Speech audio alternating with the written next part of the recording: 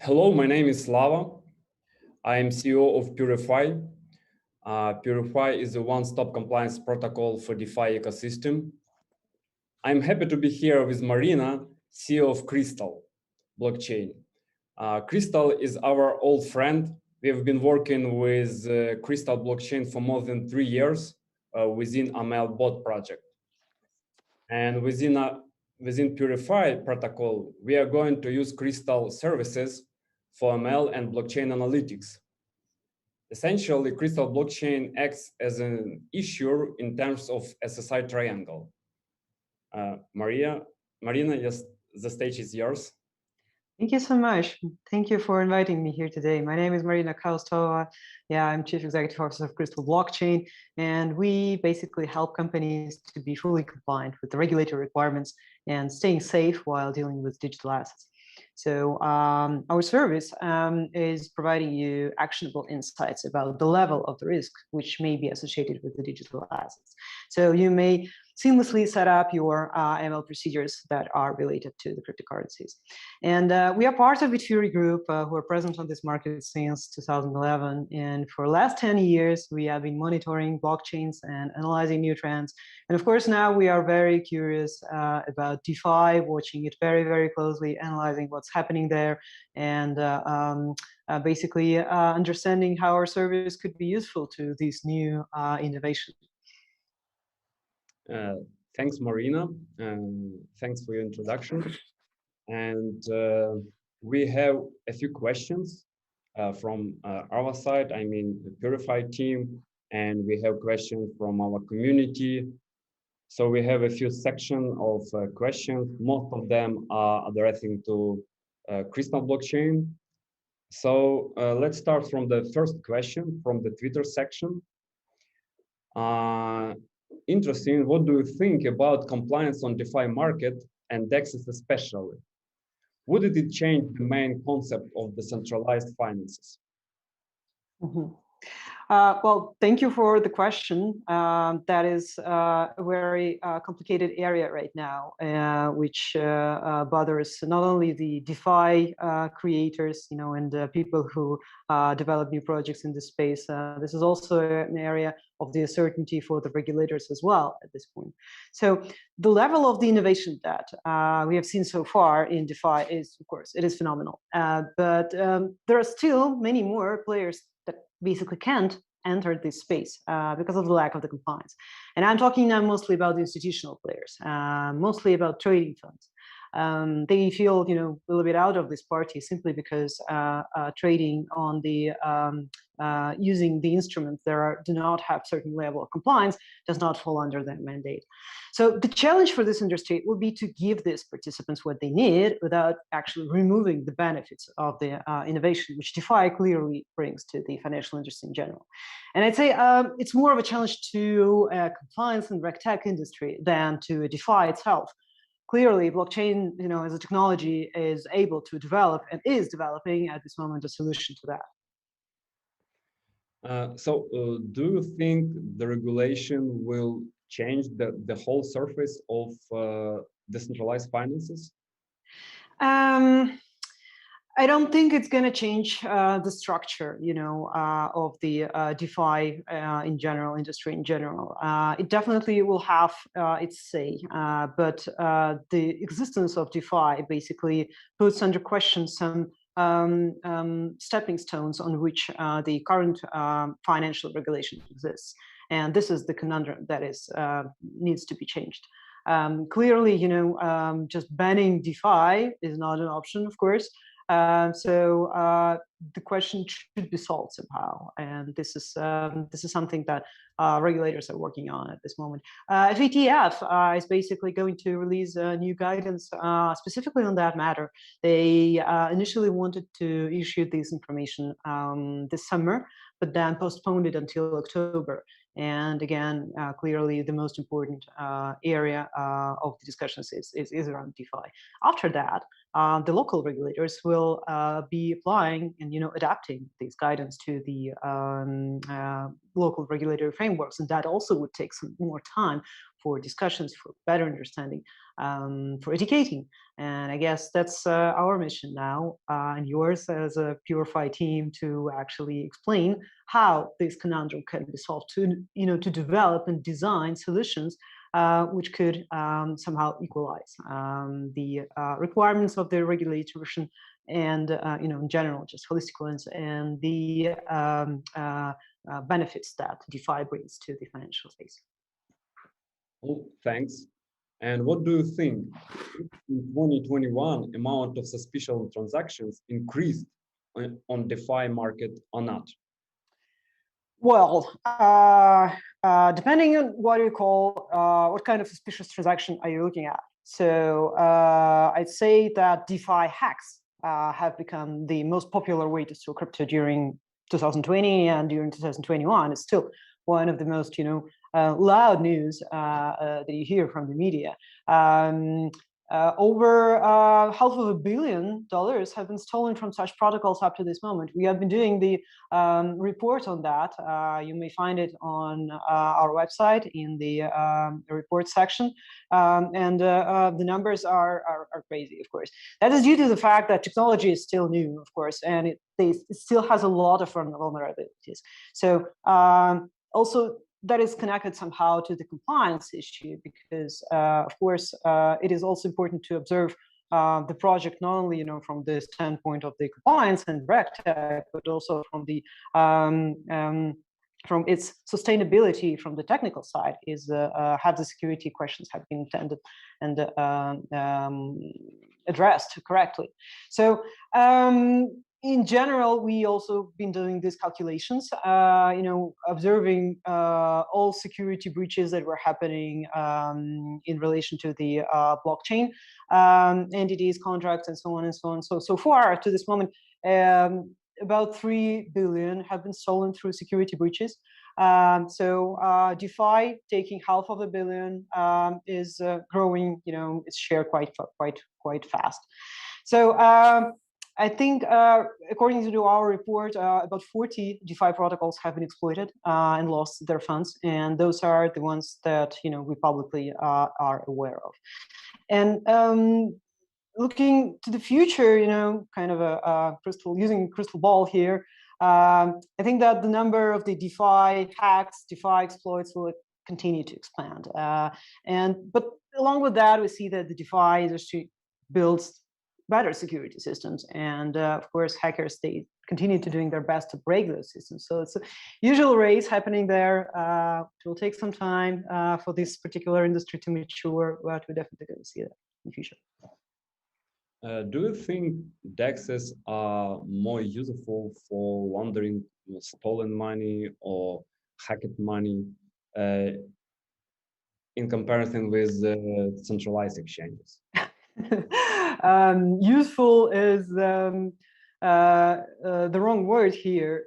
We see that, of course, the substantial amount of funds related to malicious activity or doubtful activities flowing also through the DEXs and through the decentralized finance.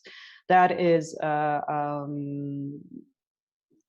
something that we see quite recently and quite frequently.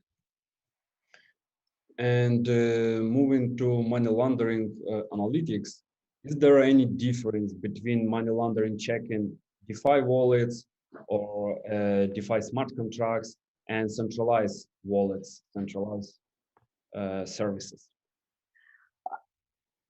That is a great question. And that is something, again, that everyone is very much focused on, like solving and understanding. There is a certain difference, of course, but we need to understand what to do with this difference going further. So basically, a wallet is the same underlying tag in either scenario, or DeFi, CeFi, or DeFi. So CeFi basically implies there is a provider of this wallet and a custodial for this wallet in most of the cases. So that provider processes, they can be analyzed for the risk purposes. DeFi wallets imply that non-custodial, there's a non-custodial usage of this wallet, and it has been created either by a third-party stack technology like a hardware wallet, or maybe even by the users themselves. So in this scenario, there's no provider, of course, to look and after, and so less, data existing overall. So in general, I'd say that if you look at this problem from the standpoint of the blockchain analysis solutions, the risks associated with the entities is a little bit of a different concept than the risk associated with the particular wallets. And to continue, to applying the same concepts of the cryptocurrency monitoring, for the DEXs, you need to redesign this concept a little bit so that you won't have a situation where one wrong user may poison the well for the rest of the users of the certain liquidity pool. That is definitely not something that we want to see in future. So this kind of flaws should be definitely avoided when we are designing the new concepts, new policies for the compliance monitoring for DeFi. From your perspective, is it more difficult to analyze transaction of some DEX protocol, for example, Uniswap, SushiSwap, comparing with analyzing transaction on centralized exchanges where we have, let's say, a node, a lot of wallets, and transaction between those wallets? I'd say from the technological standpoint, there's no difference for us. So anyway, it's all about the connections between the wallets, connections to certain identified activities. It's all about instant notification of the stolen funds or compromised funds and immediate action towards this kind of wallets. So technically, there are no substantial changes between those.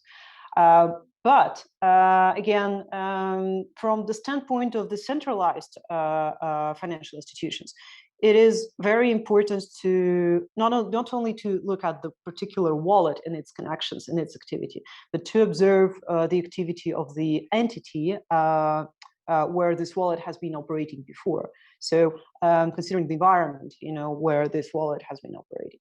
And here, again, as you may not assign at this point a certain risk score to a liquidity pool. I mean, we're going to see this in future, but not at this moment.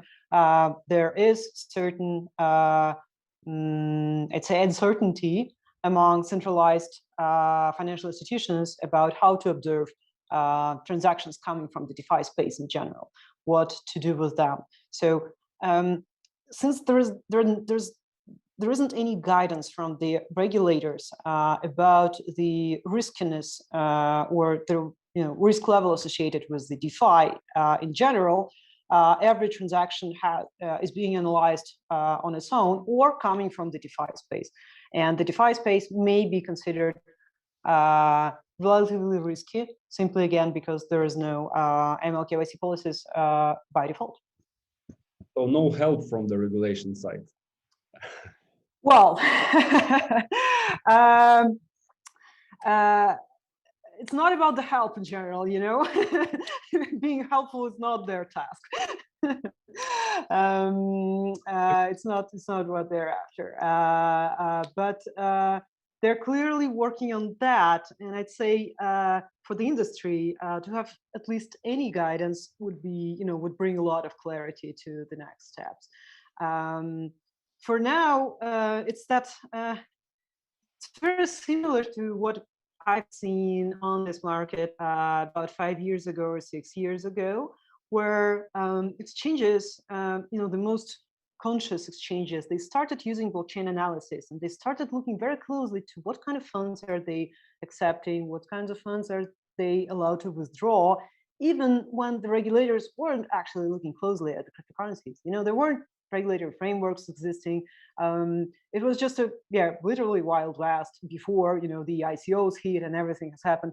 But some exchanges were conscious about the clarity and the purity of the funds even then. And they started utilizing these services. They started implementing these compliance policies as a part of their day-to-day activity. And that definitely paid back to them, going further. That was definitely a wise step. So I see the same thing happening now within the DeFi space, even though we don't see a clear regulation on that area. We still see DEXs and DeFi protocols concerned about this, understanding that that will come, and it's better for them to prepare now than to think about this later, being in a rush. Purity is a good word in your speech, I would say. Well, I'd say, yeah, there are three most important challenges that DEXs see when we talk to DEXs. They're solving three problems. They want to solve all of them.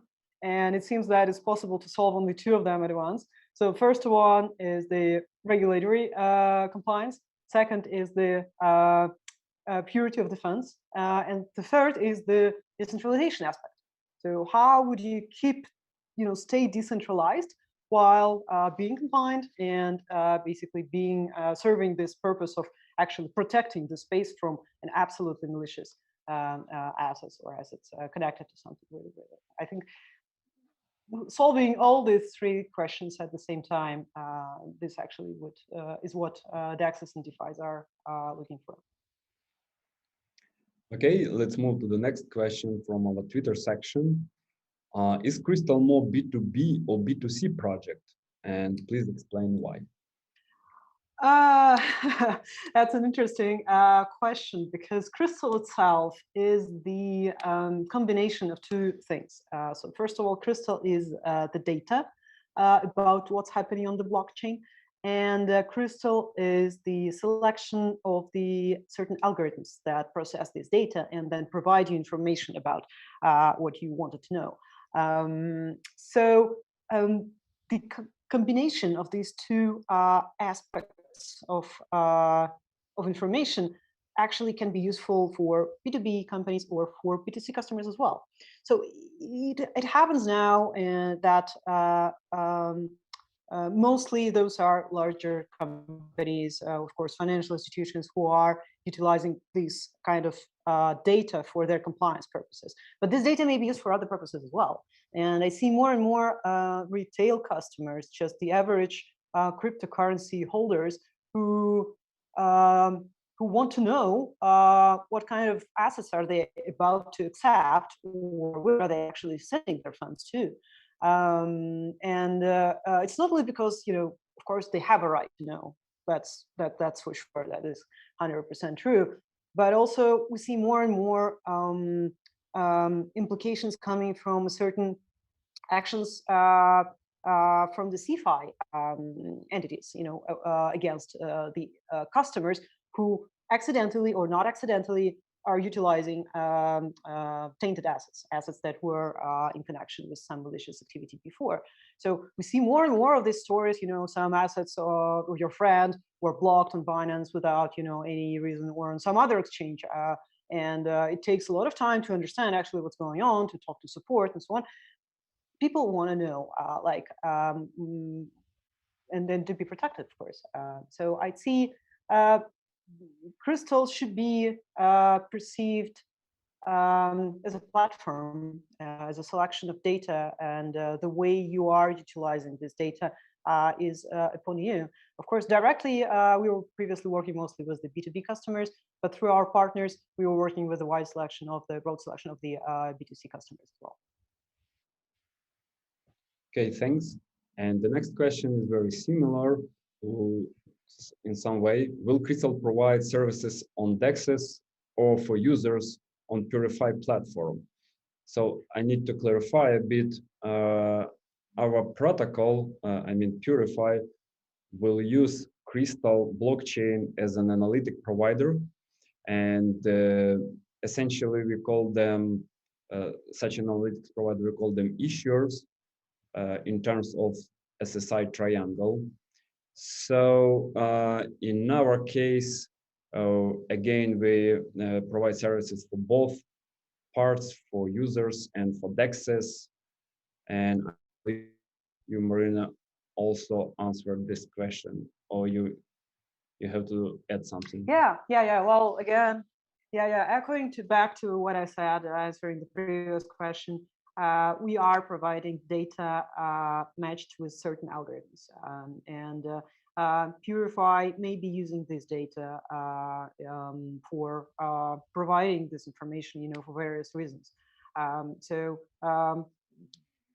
that is definitely the most the uh, the most clear use case that I see in the future. We need to select the best question from Twitter, let's say 3 of them. Something on your mind? What was the best? Oh, I clearly like question about the difference between the ML checks happening on DeFi wallets and CeFi wallets. I think that's the most interesting question. I could speak a lot about that. Yeah, this is the question that we're going to see a lot of development on this area in future. So clearly, that's the best one, I think. Okay, good. Let's move to the next section. This is a question from our side. I mean, team of PureFi. Money laundering risk on DeFi market. Mm-hmm. Are you affected, like average users? Average users, you mean the retail customers, the holders of cryptocurrency.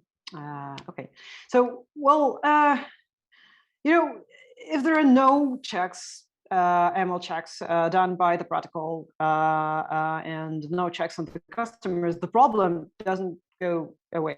Simply if you don't see it, it doesn't disappear. So what we have yet to see is, of course, the regulatory clarity on who is considered responsible, the entity itself, or if there's no entity, the creators of the protocol, or this responsibility may be shifted towards the customers, the users of the platform, which should be responsible for, watching out what they are actually doing, where they're trading, who they're trading with. So until that clarity is given, all the participants bear some risk, of course. In CeFi, that risk usually affects regular customers in the cases of abrupt freeze of funds, if there's an evidence of connection to some questionable activity, like I mentioned before. DeFi, of course, is different. Again, the effect that you may see now, and the regular customers may see now, is that CeFi comprehends everything connected to DeFi as a quite risky because of the lack of the AML KYC at all. What kind of tolerance do they have? That is, like, no one knows. Every company has a different risk appetite. So how is this going to develop further? Okay, again, no one knows. So this definitely will change over time as DeFi in general attempts to cater the needs of various audiences, including institutions, with their focus on the compliance. Okay, thank you. The next question probably it's about your personal thoughts, or maybe official of Crystal. Is the regulation of DeFi smart contract like DEXs, liquidity pools, or farming staking possible? If yes, how do you see it being done? Since it's it's just. Well, here's what we know so far in terms of DeFi, DEXs, peer-to-peer regulation. Internally, we consider this as a fourth stage of the evolution of the crypto regulations. Definitely there's a need to create a combination of the established traditional regulations and the new and next gen technology. This is what regulators are trying to do. They in general try to equalize the approach and to say that the rules related to traditional finance also should be mostly applied to the digital assets. But traditional compliance rules, of course, they weren't invented for no reason. They serve a purpose to combat money laundering, terrorist financing activity. and to serve actually to DeFi, this adaptation is badly needed. Is it possible? I'd say yes, in case regulators will be educated enough to understand the options that blockchain as a technology provides to them.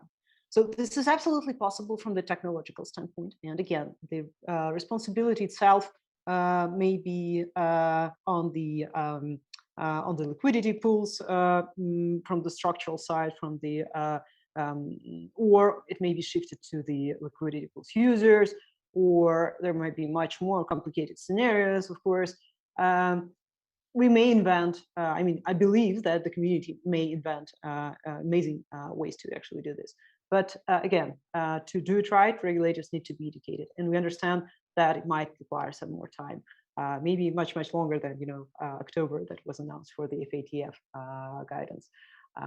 So it's a slow process, and it is important to, not to close the eyes and say regulators do what they do. It is important to participate in the education process and to step in. And regarding the subject of regulation, since it's a smart contract, is it possible in any scenarios that the subject of regulation will be the owner of the specific blockchain, let's say Ethereum or other blockchain? Of the specific blockchain, I don't see that shifting to this area, because the blockchain itself, or you mean the protocol creators, or you mean who is the subject of regulation? Who to ask to shut down some specific smart contract? Yeah.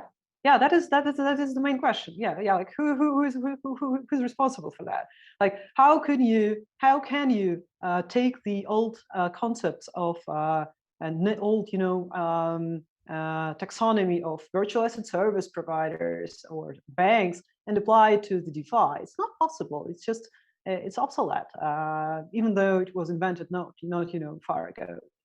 Relatively, of course. So that is the most important questions at this moment. And it doesn't make sense to name the creators of the protocols. However, there might be some exemptions from that, especially if we see the DeFi technology utilized for centralized entity, which we also observe right now existing on this market, right?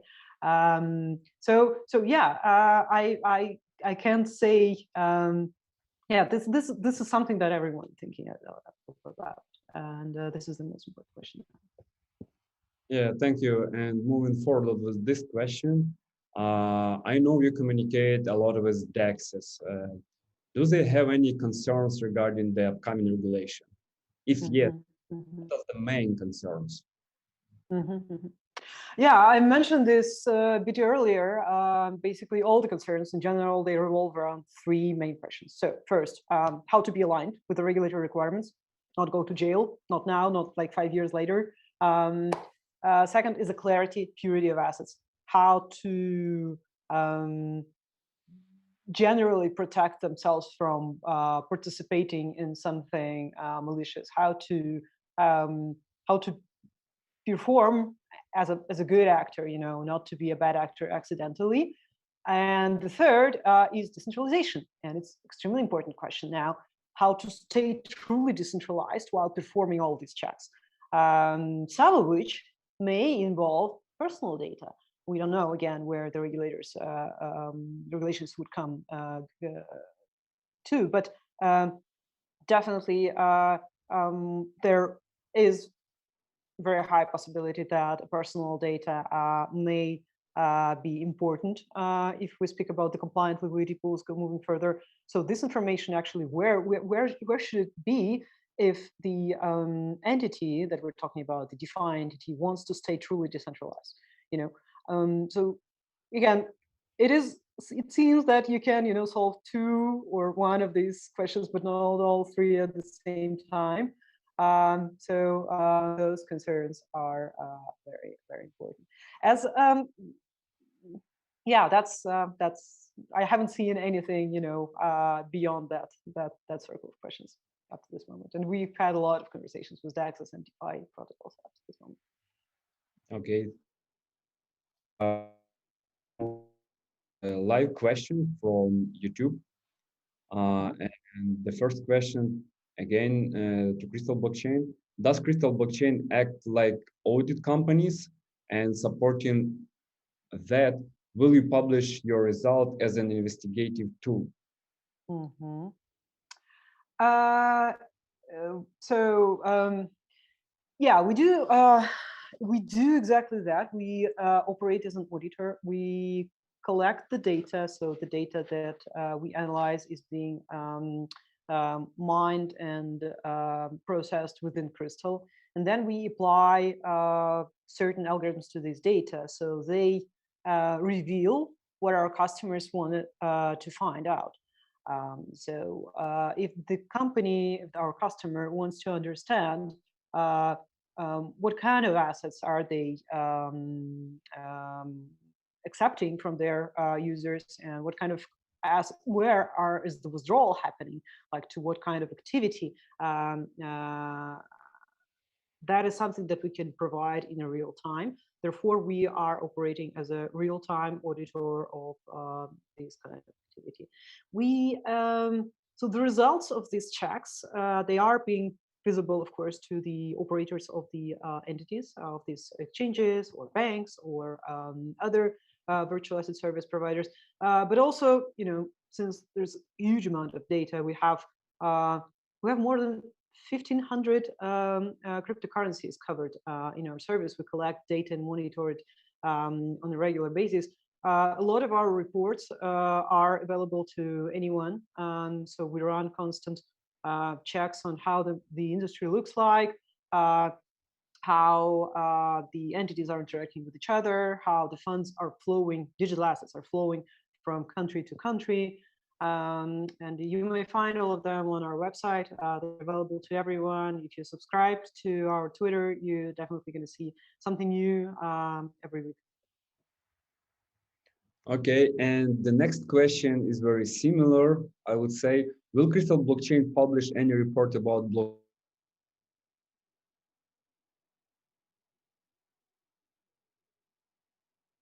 and Cooper published each year for different subjects?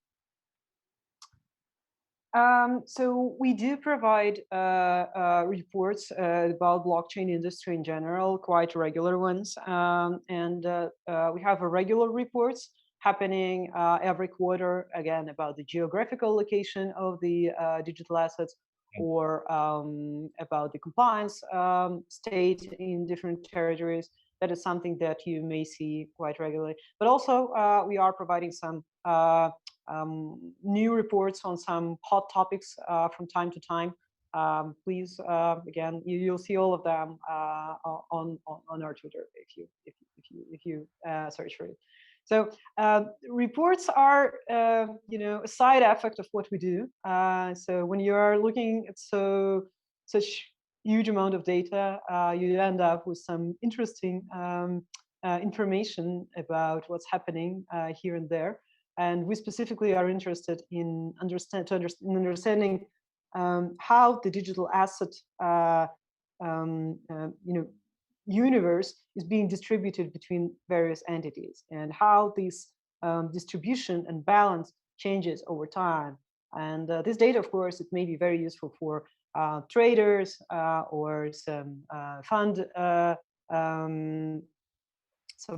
investment funds, and so on. And they also find it very, very useful for their day-to-day operations. But again, it's a side effect of what we do, and we continue doing this and providing this absolutely for free. The next question probably requires the whole webinar, so maybe in a few words, explain in general what the algorithm of ML checks crypto wallets with Crystal. Yeah, that's a large question, definitely. And sometimes actually we also run webinars and Crystal, specifically explaining that, how the algorithms are working and exactly how the blockchain analytics solutions are working. So to put it in a very simple steps, I'd say there are several of those. So first of all, we observe the blockchain as a, so kind of some kind of a primordial soup of data, which is, of course, everything is there. It's immutable. It's transparent. But you need to apply certain optics to actually, comprehend this data to understand it. And Crystal is exactly that. We are making comprehensible things that were immutable and transparent by design. So we look at this primordial soup of the transactions and first of all, we start clustering them, understanding where certain transactions are revolving around each other, creating these nests of addresses. And some nests of addresses are really big. For example, Coinbase clusters, they have more than 60 million addresses associated to them, and this number constantly grows. Some clusters are very, very small. It's like some person having just operating 3 or 4 wallet addresses at the same time, for example. And we don't know anything about this particular person. We never know because we don't operate with any personal data and we don't want to, and this is not something that you will find in Crystal. But we see that, again, there's 4 addresses which are sitting in a very small cluster. And it doesn't make any interest for us, but these large clusters belonging to large institutions is something that where we dig deeper and understand what kind of activity is actually there. And here, multiple algorithms may be applied, including the machine learning, of course, where Crystal is able to understand what kind of exchange activity, what kind of entity is operating on the blockchain, even without knowing the name of this particular entity. So it's a constant recalculation of the data. So it's all happening in real time, even until the moment when transaction is being fully mined and fully confirmed. We already know the attribution, which cluster it belongs to, and we already know the risk score associated with that. The default risk score. And of course, this data later gets customized and adapted by various customers, because of course, every customer has different view on what is risky, what is not. Again, compliance is not a binary thing. Compliance is a spectrum. So you may have an absolutely illicit things that are happening out there and should be banned. You should have zero risk tolerance, and we obviously don't want to see this our funds, connected to this kind of activity. And you see absolutely, fresh cryptocurrency, which, for example, has been just mined. So in between, these two categories, there is a wide variety of various kind of activity.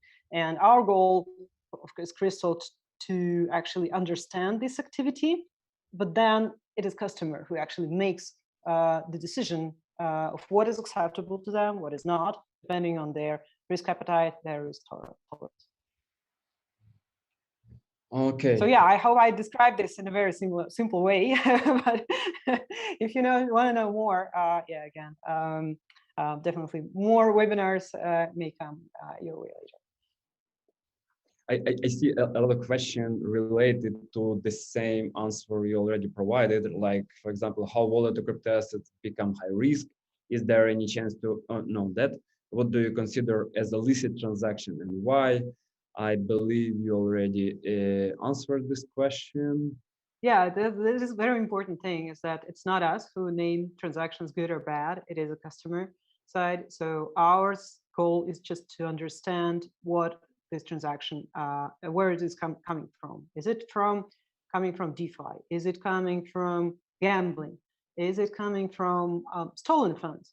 And again, different customers have different view on the same thing. My favorite example that I'm using all the time is about gambling. Think about gambling transaction coming to or from online casino. If you look at this transaction from the standpoint of the compliance officer who is located on Malta, for example, and Maltese officers can see that this is online casino, is fully registered, has a lot of licenses and so on and so on. We all know that Malta now is called a gray area for by FATF, but in general, there is no exceptional risk associated to this category of activity. But then you look at the very same transaction from the standpoint of the compliance officer who is located in Japan or South Korea. And online gambling is completely forbidden there. It is a completely malicious activity in these particular territories. So the very same activity is getting very, very high risk for this particular customer. Again, it's not on the blockchain analysis solution to define who's good or bad. It's on us to identify to provide the tools for our customers to make this right decision and to name things as they are. Okay, and probably the last question for today. I personally found it very interesting. Will Crystal blockchain present any widget tools that blockchain might improve themselves? Is this your alternative business model one day? Was this the question, the middle of the widget for the blockchain? Can you repeat the question? Probably, as far as I understood, some new blockchain can come to this widget and some add themselves to the I see. Okay. Yeah, I see.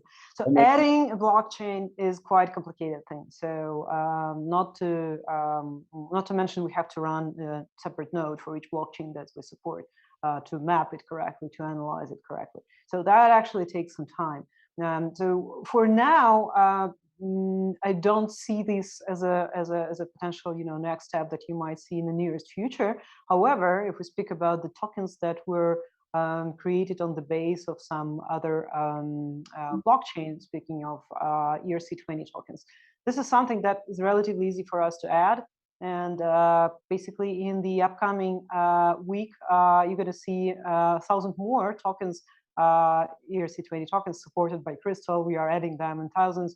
So if you have a project which needs this kind of coverage, which needs to be present in blockchain analytics solutions and analyzed by them, we're happy to talk to you and to see how we could be helpful. It may be that it's not a lot of effort for us and it could be added quite fast. So, yeah. And the last question. Yeah. There are a lot of similar, I compiled them in one. Everyone, a lot of questions regarding your future, maybe some new services you're gonna provide. So for Crystal, of course, there are a lot of directions where we evolve, and the goal for Crystal is to serve various parts of the blockchain industry and financial industry that are getting more and more interest in cryptocurrency analysis. Therefore, the next improvements that you see, it's not only about the new points and support, which can include new ERC20 tokens. We're adding Stellar in the very next release. Again, this is happening in the next week. And you're going to see much more new blockchains added until the end of the year. But along with that, we are continuing our development serving two most important areas for us. So first of all, it's ML functionality for larger financial institutions and decentralized financial institutions. So we see more and more banks interested in cryptocurrency analysis, even if the bank itself is not going to accept or work with cryptocurrency in the nearest future. And DeFi and DEXs are definitely the most interesting area of the blockchain industry at this moment. So helping them to overcome these regulatory hurdles is also one of our priorities. And investigations, yeah, definitely this is something that also very important for this industry as it matures, as it develops. We'll still see a lot of funds stolen, being on the move, and a lot of people suffering from the hacker attacks and security breaches, and supporting them in understanding where the funds are moving, how to resist that process, how to freeze these funds is another priority for us. So yeah, there are three main, I'd say, areas of development for this. Thank you, Marina. Thanks for your time. Thank Maybe you. some question from the last section you can recall. Uh, um, well, I'd say the conversations with the DEXs questions was the most interesting one. This is something that takes a lot of my time now, and I'm very curious on how Crystal can be helpful to DEXs and to DeFi. Again, not to be uh, to understand where is the middle ground between the innovation and the compliance requirements. So I'd say, yeah, this is the question that I'd like. Thank you. And thanks again. It was Marina, CEO of Crystal Blockchain, our partner, and see you next time. See you next time. Good luck, and thank you for the questions. Talk to you later. Bye. Bye.